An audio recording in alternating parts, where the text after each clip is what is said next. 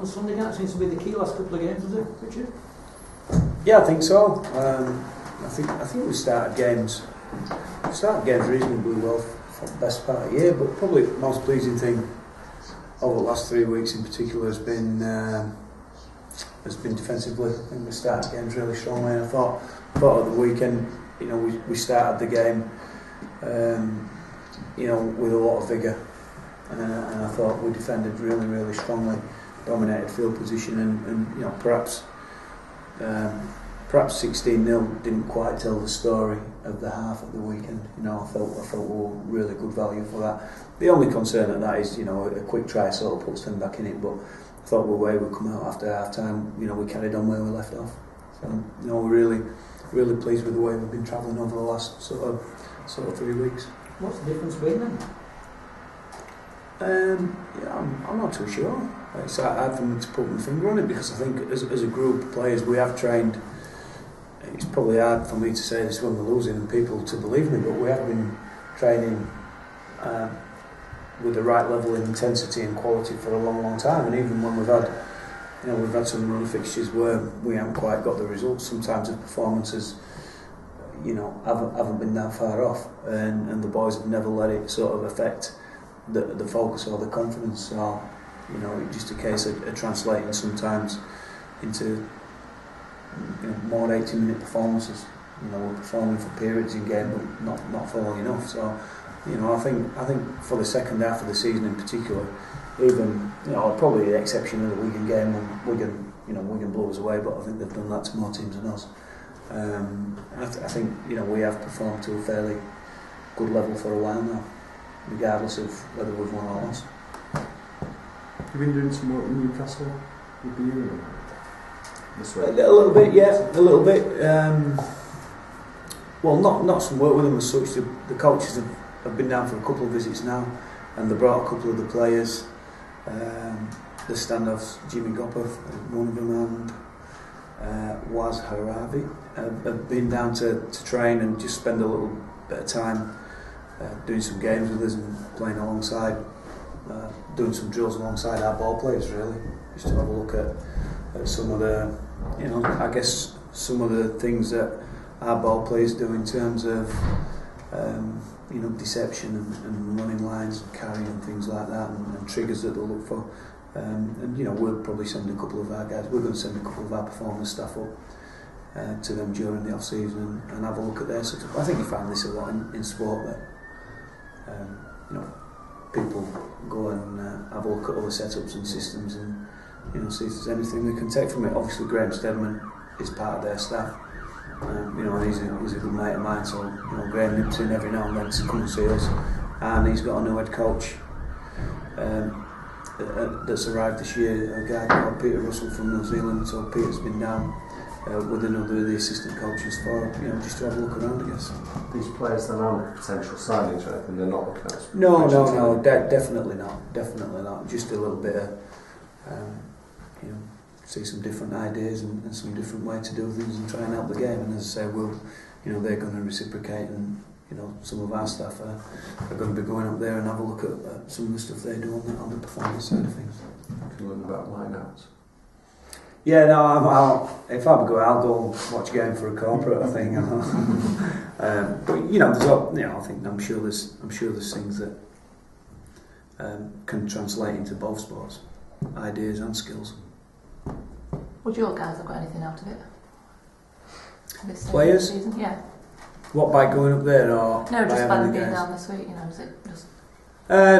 Not really. Business as usual for us, and we hope the two guys jumped in training and the coaches had a walk around and a look about. But it's not the first time it's happened, is it? I think Leeds Rhinos entertained the full England squad at one point. But yeah, it was just good to meet some guys from other sports with different ideas and get their views on some of the things that we're doing as well. From people that are obviously not in rugby league, to get their take on how they saw our setup and some of their observations is very interesting. Is Sunday potentially the toughest game? Yeah, definitely. I think so. And that's not being disrespectful to anybody that we've played, but I think they're in good form. I know they lost on Monday night, but they're in good form, and I just think they possess so many individuals. You know, and James Roby's obviously a huge talent and tremendous form.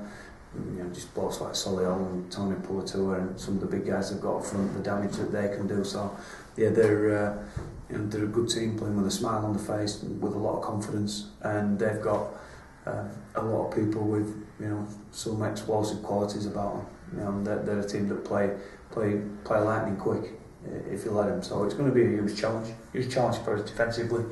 And I think one thing that, you know, is maybe not always associated with Saints, I think they're defending pretty well at the moment as well. What about the playoffs then, Rich? Mention the word. Yeah. Oh, I think we're a long shot of that. I think you know, we'd have to win every game, and results probably have to go our way as well. It's nice that at this stage we're probably all of a sudden getting talked about that we have a chance, and I know mathematically we have. And you know, you look at us running, it's probably the same as what we said, take it every game at a time, and you know, there's every game we're looking forward to, and every game, there's not a game that we're going to go into this season we don't think we can win. So you know, if we can go in with that refreshing attitude, I guess, and play his best football, you know, who knows, and we might give ourselves a chance, but it's certainly not been part of our preparation or our focus. You know, we're not busy looking down the other team's fixtures trying to predict results just yet. You know, we're just concentrating on, you know, trying to keep us run up and keep our performances to the right standard and right level. You know, and keep building. You know, even though there's 4 games to go, keep building for the rest of this year and you know, give ourselves a good start to the off season. But playoffs, you know, if we can get anywhere near them after a tough start, I think it'll be you know, we can look upon our season with some you know, some satisfaction that we've made some progress. Team news is Dean Collis is suspended. Well, we're not going to tinker too much with it. We're just probably going to go like for like. So Danny Cowling will come in, who's been on loan at Doncaster. Yeah. On dual registration at Doncaster, and he performed particularly well. He had a pretty nasty hand injury, but he's come back and he performed okay from last week. So you know, rather than making a couple of positional changes and moving one of his back rows there, we've decided to put Danny in our squad. It would have been Danny or Liam Kay. Unfortunately, Liam Kay who's performed really well for his 20s this year, and he's had a little taste of first grade. Liam's injured and hurt, so it's a straightforward choice for us. Dean Collis is out and still Billy Mills is still out, so we're going to give Danny Cowling a start in the right centre. And we think Matt James is under a little bit of a fitness cloud. I thought he performed really well last week, but he's pulled his calf in literally in the last minute of training today, so you know, he could well be a doubt. But Oliver Wilkes' suspension's up. So he can come back into the team. You know, we've had suspensions 3 weeks running now, I think. And I'm not surprised that Dean Collis got a game. I don't think it were certainly wasn't a malicious tackle. It was just a bit careless, and he let go of him, and he fell in a dangerous position. And I think, you know, tipping and tackles that go past the horizontal is something that, you know, needs to be taken care of in the game. It's a very, very dangerous element to it, and like I say, in Dino's case, he certainly no intention. He was just a bit careless. But you know, I've no complaints that he gets rubbed out for a week. I think it's one thing in the game that needs policing, you know, really, really well. But I think from a team that's had very little and no disciplinary issues, we've had 3 players rubbed out in 3 weeks running, and you know, probably only one of them is justified in my opinion. Mellors, how far off is he? Well, it's unlikely he'll play this year. And Paul Layton, same? Borderline, yeah. Last two games at most. But at this stage, he's been back to the hospital this week, and you know, it probably wasn't as good as news as we were expecting. It's been a little bit slower healing, and you know, it's probably going to be touch and go for Paul from here on in, whether he makes it back on the field. You know, we're not without hope. You know, we're certainly not without hope. It will come to a stage where it is, as pain allows. But at this moment in time, he's unlikely to get the all clear in the next couple of weeks. Southern, did You played 20s. Southern played 20s last week. Will you do again? Or- He'll play 20s again this week, yeah. How did you think he went? Did you see it? No, I didn't see much again. I've still got to catch up on that. Got the Lucas Walsh obviously went out last week. Yeah, was a deal that kind of we've let another couple of guys go out on dual reg. I've been really disappointed with the standard of the 20s comp in that it just fluctuates week by week. You know, we went to Huddersfield, you know, with a very strong team, and this is not, by the way, I'm not having a go at any team or any club. I mean, this is just the competition.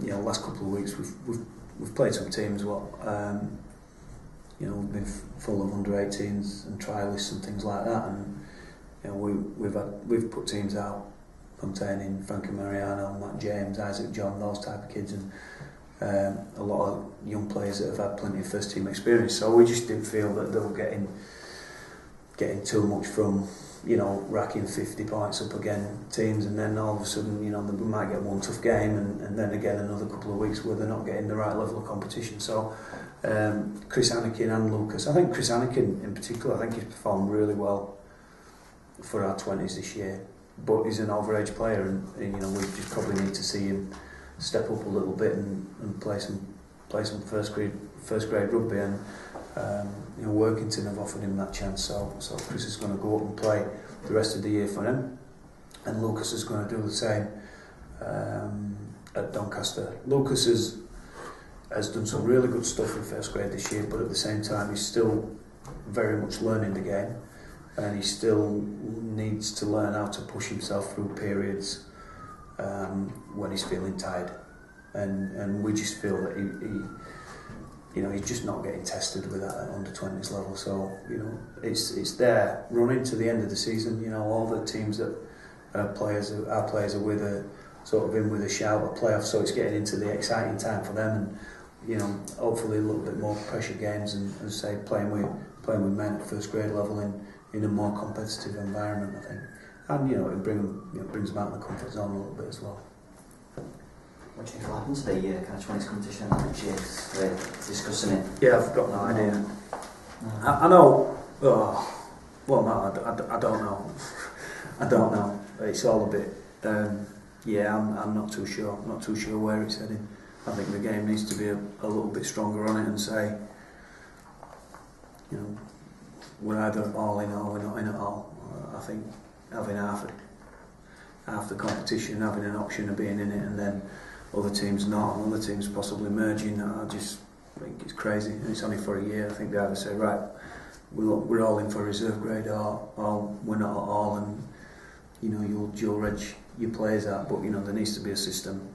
The system would need to be relaxed on that, in you know, traffic between clubs and on players. You know, you can only dual reg so many at this moment in time, and only certain players qualify for dual registration. You know, it need to be open lines at a movement between clubs. But yeah, I'm not too sure. I think we need a little bit of clarity pretty soon as well, because you know, it's going to affect how we put our squads together, and we need to know about homegrown rules and things like that. So you know, we'd like a little bit of clarity, because that's certainly not come my way, and you know, I think a decision. You know, we keep having looks. You know, we keep having looks within the game at what's the best way, and it seems to change every couple of seasons. I think one thing I can't tell you what the right way forward is. I think whichever way we decide, there's going to be pros and cons, and there's going to be drawbacks. Whichever way we choose to go, there's going to be drawbacks. But I think we need to settle on a system, what we feel is best for the clubs and best for the development of players, and stick with it.